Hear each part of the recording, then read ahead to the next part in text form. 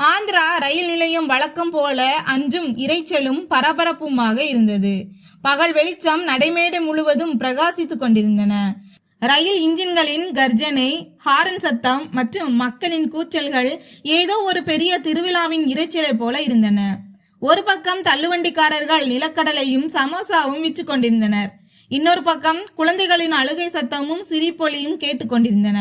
மக்கள் ஓடிக்கொண்டிருந்தனர். யாரோ டிக்கெட் வாங்கும் வரிசையில் முண்டியடித்துக் கொண்டிருந்தனர்.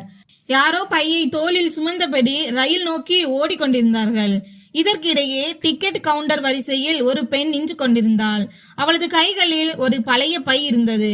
அந்த பை தேய்ந்து போயிருந்த விதத்தை பார்த்தால் அது பல ஆண்டுகளாக அவளது துணையாக இருந்தது போல தெரிந்தது. அவளது கண்களில் களைப்பு இருந்தது. ஏதோ ஒரு நீண்ட பயணத்தை கடந்து வந்தது போல தோன்றியது. அவள் பெயர் சுமதி. அவள் மெதுவாக ஜன்னல் வழியாக டிக்கெட்டிற்கான பணத்தை கொடுத்து டெல்லிக்கு ஒரு டிக்கெட் என்றாள். எழுத்தாளர் நிமிர்ந்து கூட பார்க்காமல் டிக்கெட்டை நீட்டினார். சுமதி டிக்கெட்டை பையில் வைத்துவிட்டு சுற்றிலும் பார்த்தாள்.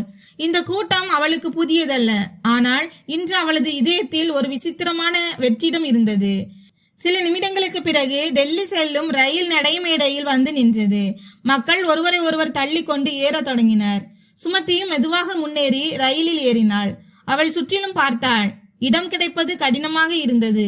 ஆனால் சற்று முயற்சிக்கு பிறகு அவளுக்கு ஒரு காலி இருக்கை தெரிந்தது. அவள் நிம்மதி பெருமூச்சு விட்டு பையை பத்திரப்படுத்தியபடி அமர்ந்தாள். அவளுக்கு பக்கத்து இருக்கையில் ஏற்கனவே ஒரு மனிதன் அமர்ந்திருந்தான். ரயில் நகர தொடங்கியதும் அவன் சற்று அவள் பக்கம் திரும்பினான். சுமதி நிமிர்ந்து பார்த்தாள். ஒரு நிமிடம் அவளது இதயம் துடிக்கவே மறந்தது. அந்த முகம், அந்த கண்கள், பல ஆண்டுகளுக்கு முந்தைய கடந்த காலம் திடீரென கண்முன் வந்து நின்றது. அவன் ராஜா. ராஜாவும் சுமதியை பார்த்தவுடன் மூச்சையே நிறுத்திவிட்டது போல உறைந்து போனான். இருவரது கண்களும் சில நொடிகள் ஒருவரை ஒருவர் பார்த்தபடி திகைத்து நின்றன. கூட்டத்தின் இரைச்சல், இன்ஜின் சத்தம் என அனைத்தும் அந்த புள்ளியில் மறைந்து போனது போல் இருந்தது. ராஜா மெதுவாக சுமதி என்று அழைத்தான். சுமதி கைகள் நடுங்கின. அவளது கண்கள் கண்ணீரால் நிறைந்தன. ராஜா என்று மிக மெல்லிய குரலில் அவளும் பதிலளித்தாள். இருவரும் சிறிது நேரம் மௌனமாக இருந்தனர். ரயில் அதன் வேகத்தில் ஓடிக்கொண்டிருந்தது. ஆனால் அவர்களின் உள்ளத்திற்குள் கடந்த கால நினைவுகள் ஓடத் தொடங்கின. ராஜா முதலாக மெதுவாக ஒரு கேள்வியை கேட்டான். உனக்கு திருமணம் ஆகிவிட்டதா? சுமதி இதயம் கனத்தது. அவளது கண்களில் இருந்து கண்ணீர் வழிய தொடங்கியது. தன்னை தேற்றிக்கொள்ள முயல்பவள் போல தன் பையை இறுக்கமாக பிடித்து கொண்டாள். சிறிது நேரம் அமைதியாக இருந்துவிட்டு கனத்த குரலில் பேசினாள். ஆம், திருமணம் நடந்தது.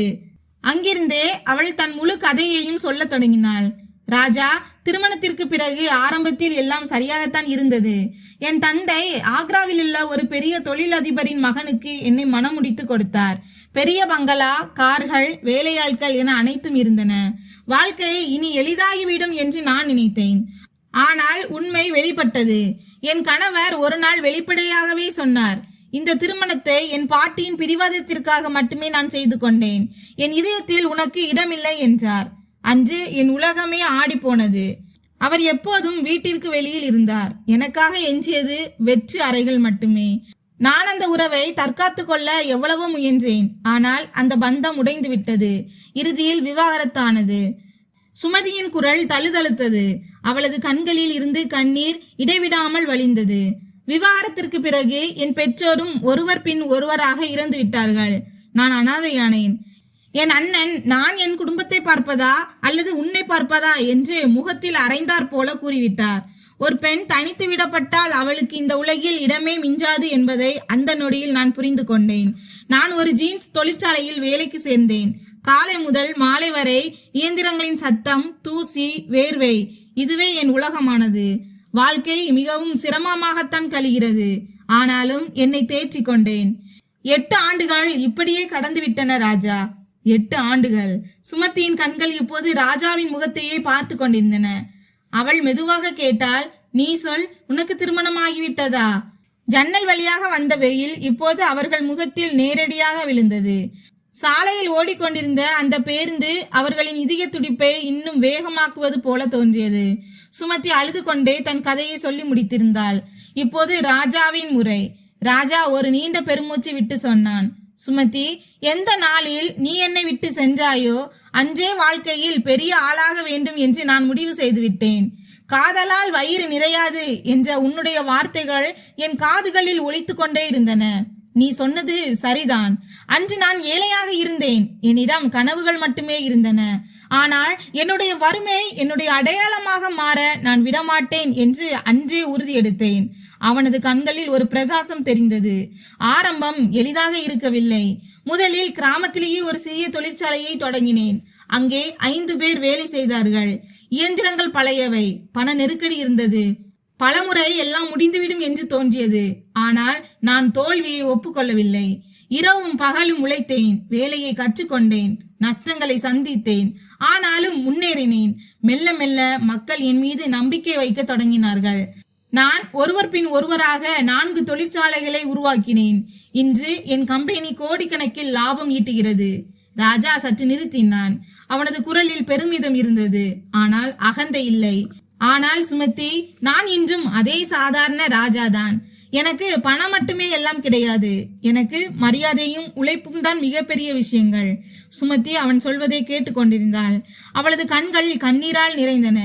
யாரை ஒரு காலத்தில் ஏழை என்று சொல்லி ஒதுக்கி தள்ளினாலோ இன்று அவன் இவ்வளவு பெரிய ஆளாகிவிட்டான். ஆனால் அவளுடைய நிலைமையோ இன்னும் ஒரு சிறிய தொழிற்சாலையில் கூலி வேலை செய்வது போல இருக்கிறது என்று அவள் எண்ணினாள். அவளது கண்களில் இருந்து கண்ணீர் கொட்டியது. ராஜா, நான் மிகப்பெரிய தவறு செய்து விட்டேன். அன்று உன்னை விட்டு பிரிந்தேன். ஒருவேளை இதுதான் எனக்கு கிடைத்த தண்டனையோ? ராஜா மெதுவாக சொன்னான். இல்லை சுமதி, வாழ்க்கையில் ஏற்ற இறக்கங்கள் வருவது சகஜம். நீ உன்னை குற்றவாளியாக கருத வேண்டிய அவசியம் இல்லை. அன்றைய உன் சூழ்நிலை அப்படி இருந்தது. இப்போது காலம் மாறிவிட்டது. வாழ்க்கை எப்போதும் ஒரு 2வது வாய்ப்பை வழங்குகிறது. சுமதி தலைகுனிந்து கொண்டாள். இத்தனை ஆண்டுகளுக்கு பிறகு ராஜா எப்படி எந்தவித வருத்தமும் இன்றி தன்னிடம் இவ்வளவு இயல்பாக பேசுகிறான் என்று அவளால் புரிந்து கொள்ள முடியவில்லை. ராஜா மெதுவாக சொன்னான். சுமதி, உனக்கு விருப்பம் இருந்தால் என் தொழிற்சாலையிலேயே மேலாளர் வேலை செய்யலாம். உன்னிடம் அனுபவம் இருக்கிறது. நீ உழைப்பாளே. எல்லாவற்றிற்கு மேலாக நீ இனி யாரிடமும் கையேந்த வேண்டிய அவசியம் இருக்காது என்றான். சுமதி அதிர்ச்சி அடைந்தாள். தயக்கத்துடன், நான் உன் தொழிற்சாலையிலா? ஆனால் மக்கள் என்ன சொல்வார்கள்? நான் மீண்டும் உன்னுடைய ஆதரவை தேடி வந்து விட்டதாக எல்லாரும் நினைப்பார்கள் என்றாள். ராஜா சிரித்துக்கொண்டே பதிலளித்தான். மக்கள் எப்போதும் எதையாவது சொல்லிக் கொண்டுதான் இருப்பார்கள். ஆனால் உண்மையான விஷயம் என்னவென்றால், உனக்கான அடையாளத்தை நீயே உருவாக்கி கொள்ளப் போகிறாய். என் தொழிற்சாலையில் வேலை. நீ வேலை செய்வது சம உரிமையோடு இருக்கும். ஒரு மேலாளராக மரியாதையுடன் பணியாற்றுவாய். இது நான் செய்யும் உதவி அல்ல, உன்னுடைய திறமைக்கு கிடைக்கும் உரிமை. சுமதியின் கண்கள் கண்ணீரால் நிறைந்தன. அவளது மனதிற்குள் ஒரு பெரிய போரை நடந்து கொண்டிருந்தது. வருத்தம், அவமானம் மற்றும் ஒரு புதிய வாழ்க்கையை தொடங்க வேண்டும் என்ற ஆசை. சில நொடிகள் மௌனத்திற்கு பிறகு அவள் மெதுவான குரலில், சரி, நான் முயற்சி செய்கிறேன் என்றாள். ராஜாவின் புன்னகை இன்னும் விரிந்தது. இதுதான் எனக்கு வேண்டும். முயற்சி மட்டும் செய். மற்ற அனைத்தையும் நான் பார்த்து கொள்கிறேன் என்றான். அடுத்த நாள் சுமதி ராஜாவின் தொழிற்சாலைக்கு சென்றாள். வாசலில் ராஜா இண்டஸ்ட்ரீஸ் என்று பெரிய போர்டு வைக்கப்பட்டிருந்தது. உள்ளே இயந்திரங்களின் சத்தம், ஊழியர்களின் பரபரப்பு என அனைத்தையும் பார்த்து சுமதி வியந்து போனாள். ராஜா அவளுக்கு அலுவலகத்தை காட்டினான். இதுதான் உன்னுடைய அறை சுமதி. இன்றையிலிருந்து நீதான் இந்த தொழிற்சாலையின் மேலாளர் என்றான். சுமதியின் கண்கள் மீண்டும் கலங்கின. யாரை ஒரு காலத்தில் ஏழை என்று சொல்லி ஒதுக்கினாலோ இன்று அவரே தனக்கு இவ்வளவு மரியாதையை தருகிறார் என்று எண்ணினாள். அவள் நடுங்கும் குரலில், ராஜா, நான் உண்மையை சொல்கிறேன். நான் இதற்கு தகுதியானவள் அல்ல என்றாள். ராஜா சிரித்து கொண்டே சொன்னான். நீ இதற்கு தகுதியானவள்தான். ஒவ்வொரு மனிதனுக்கும் 2வது வாய்ப்பு கிடைக்க வேண்டும்.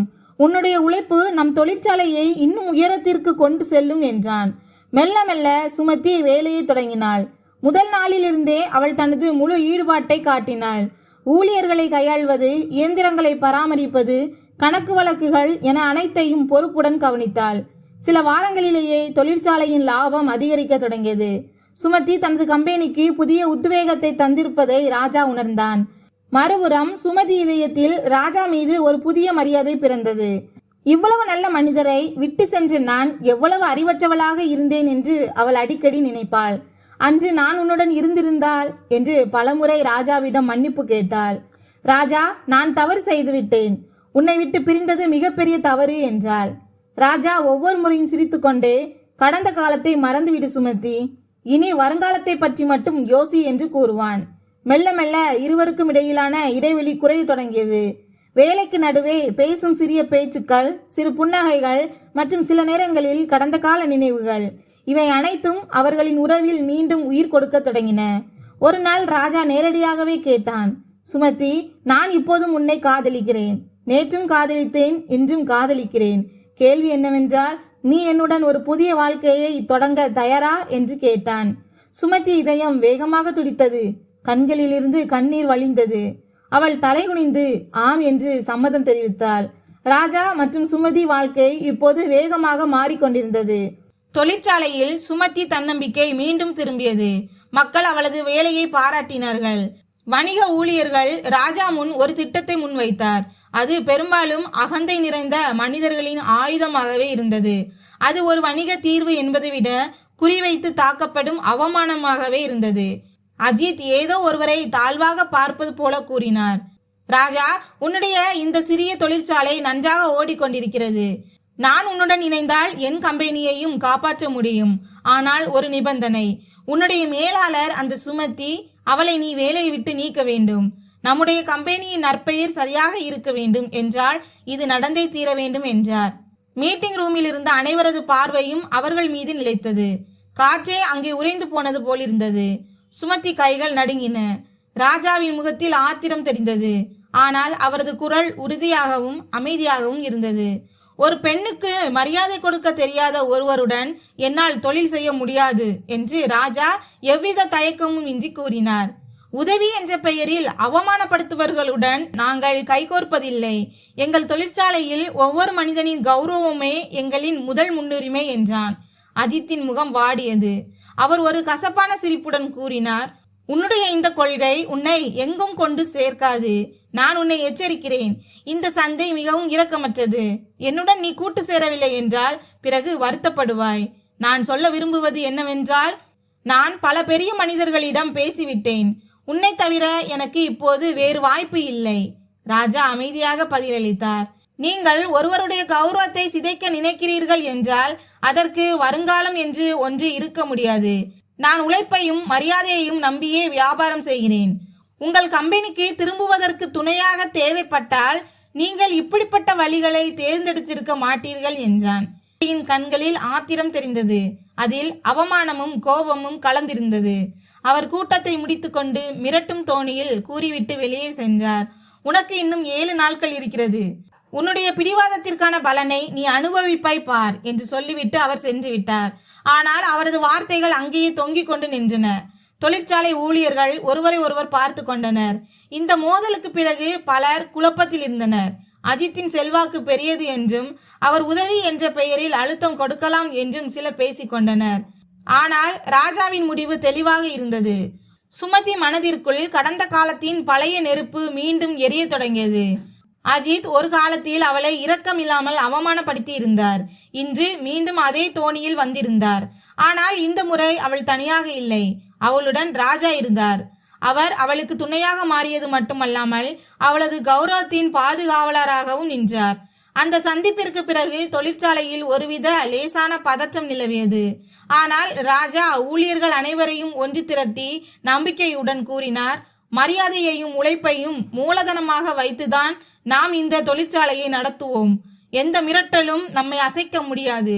நாம் நம் வேலையில் மட்டும் கவனம் செலுத்த வேண்டும் என்றான். ராஜாவின் வார்த்தைகளை கேட்ட சுமதி தன்னையும் சரி தன் தொழிலாளர் குடும்பத்தையும் சரி யாரும் அவமானப்படுத்த முடியாதபடி பார்த்து கொள்ள வேண்டும் என மனதிற்குள் உறுதி கொண்டாள். அடுத்த சில நாட்களில் ஊடகங்கள் இந்த சம்பவத்தை பெரிதாக்கின. தனக்கு யாரும் உதவி செய்யவில்லை என்று சில செய்திகளில் கூறிய அஜித், ராஜா போன்ற சிறிய தொழிற்சாலை நடத்துபவர்களுக்கு இவ்வளவு பெரிய முடிவுகள் எடுப்பது புத்திசாலித்தனம் அல்ல என்று சூசகமாக தெரிவித்தார். தொழிற்சாலைக்கு வெளியே நின்று பலர் இதை பற்றி பேசிக் கொண்டிருந்தனர். யார் சொல்வது உண்மை, யாருடைய செல்வாக்கு நிலைக்கும் என்ற விவாதங்கள் ஓடின. சில பழைய வாடிக்கையாளர்கள் ராஜாவுடன் தொடர்ந்து வணிகம் செய்யலாமா அல்லது அஜித் போன்ற பெரிய மனிதர்களை பகைத்து கொள்ள கூடாதா என யோசிக்க தொடங்கினர். வணிகத்தில் பயத்தின் தாக்கம் தெளிவாக தெரிந்தது. ஊழியர்களின் முகங்களில் கவலை நிழலாடியது. ஏதேனும் அசம்பாவிதம் நடந்தால் எங்கள் பிழைப்பு என்னவாகும் என்று சிலர் கேட்டனர். ஆனால் சிலர் தைரியம் காட்டினர். நாம் நேர்மையை கைவிட்டதில்லை, இப்போது மட்டும் ஏன் விட வேண்டும் என்றனர். ராஜா அனைவரையும் தேற்றினார். கஷ்டப்பட்டு நாம் உருவாக்கிய இந்த கம்பெனியை யாருடைய அழுத்தத்திற்காகவும் நாம் இழக்க மாட்டோம். நம்முடைய கொள்கைகளில் நாம் உறுதியாக நிற்க வேண்டும். ஆனால் அஜித் பின்வாங்குவதாக இல்லை. அவர் ராஜாவுக்கு நிதி நெருக்கடியை ஏற்படுத்த திட்டமிட்டார். சந்தையில் வதந்திகளை பரப்பினார். சில மூலப்பொருள் வழங்குபவர்களை பேசி ராஜாவுக்கான விநியோகத்தை தாமதப்படுத்த சொன்னார். ராஜாவை பொருளாதார ரீதியாக முடக்கி அவரை பணிய வைப்பதே அஜித்தின் இலக்காக இருந்தது.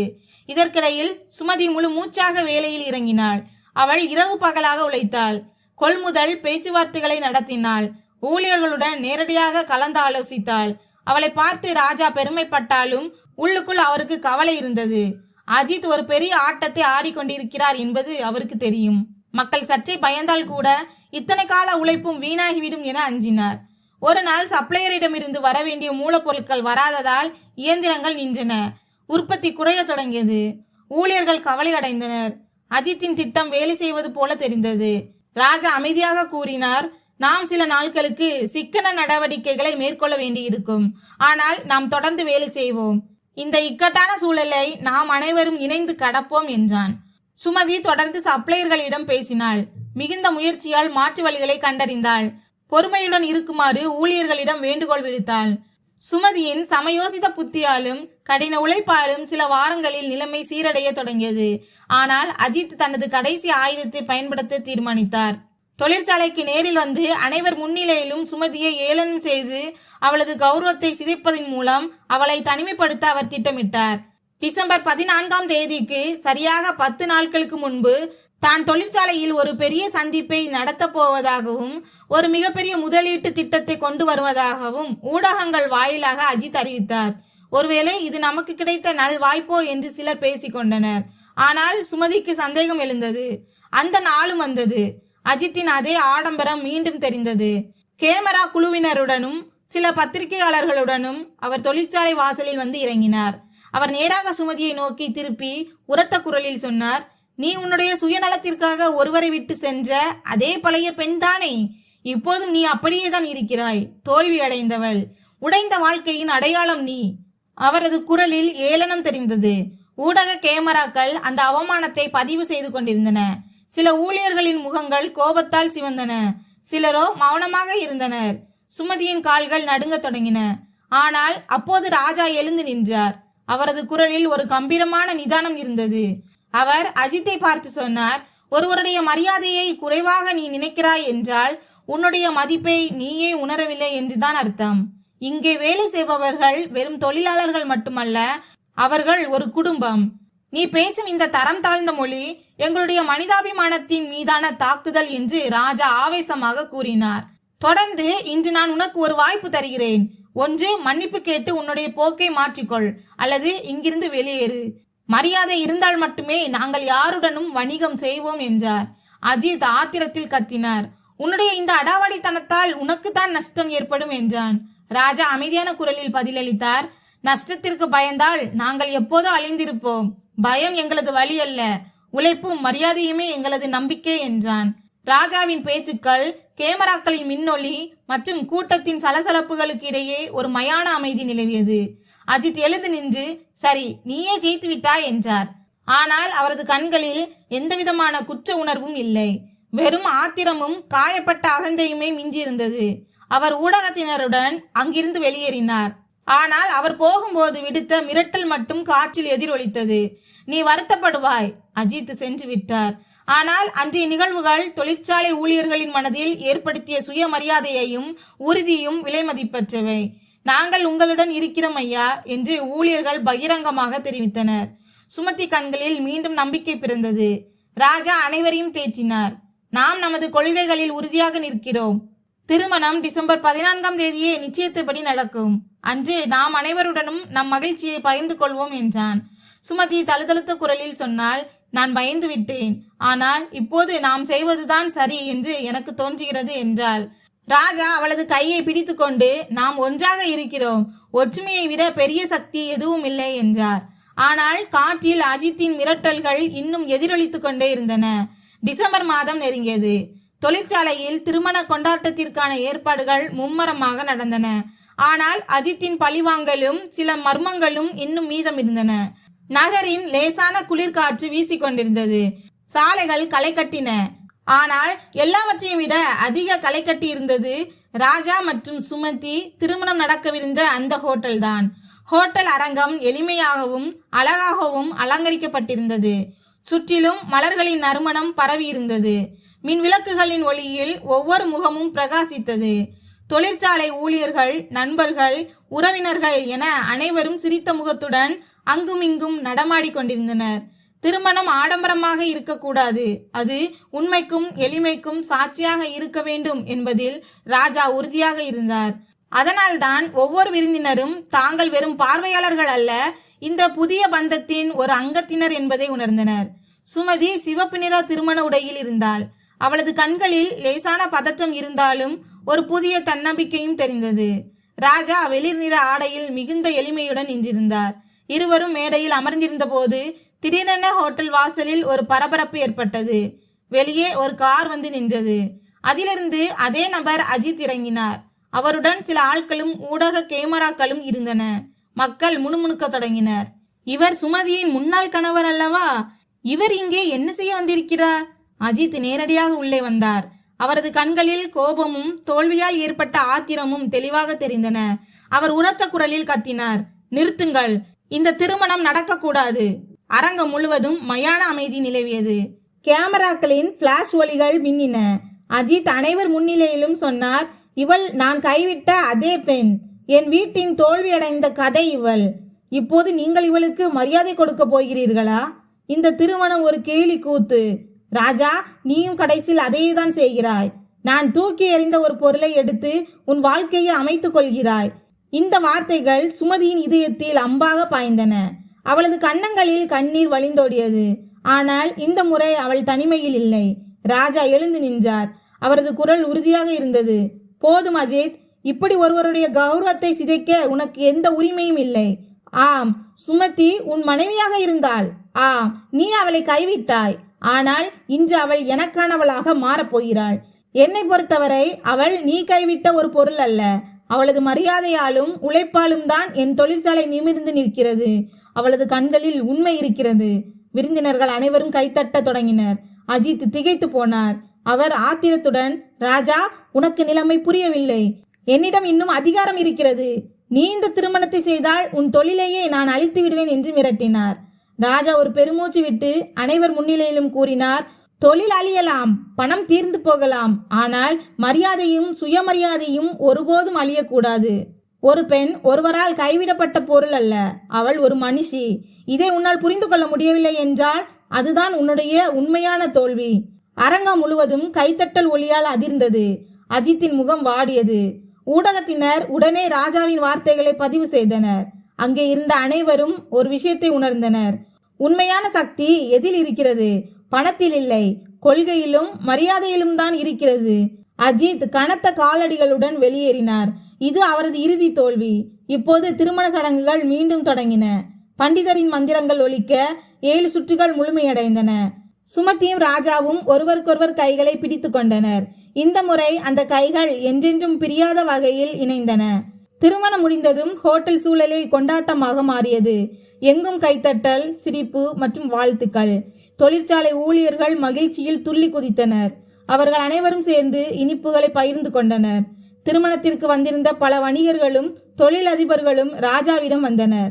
அவர்கள் சொன்னார்கள், வியாபாரம் என்பது வெறும் லாபத்தால் மட்டும் இயங்குவதல்ல, அது விழுமியங்களால் இயங்குவது என்பதை இன்று நீ எங்களுக்கு கற்றுக் கொடுத்து விட்டாய். ராஜாவும் சுமதியும் அனைவருக்கும் இனிப்புகளை வழங்கினர். அவர்களது கண்களில் கண்ணீர் இருந்தது. ஆனால் இந்த முறை அது மகிழ்ச்சியின் கண்ணீர். நண்பர்களே, இந்த கதையின் முடிவு வெறும் திருமணத்துடன் மட்டும் முடிந்துவிடவில்லை. இதன் மூலம் ராஜா மற்றும் சுமதியின் நேர்மைக்கும் மனிதாபிமானத்திற்கும் மிகப்பெரிய வெற்றி கிடைத்துள்ளது. ஒரு பெண்ணின் கௌரவத்தை எப்படி காக்க வேண்டும் என்பதற்கு இந்த கதை ஒரு சிறந்த உதாரணமாக அமைந்தது. இந்த கதை பிடித்திருந்தால் வீடியோவை லைக் செய்யுங்கள், சேனலை சப்ஸ்கிரைப் செய்யுங்கள். நன்றி.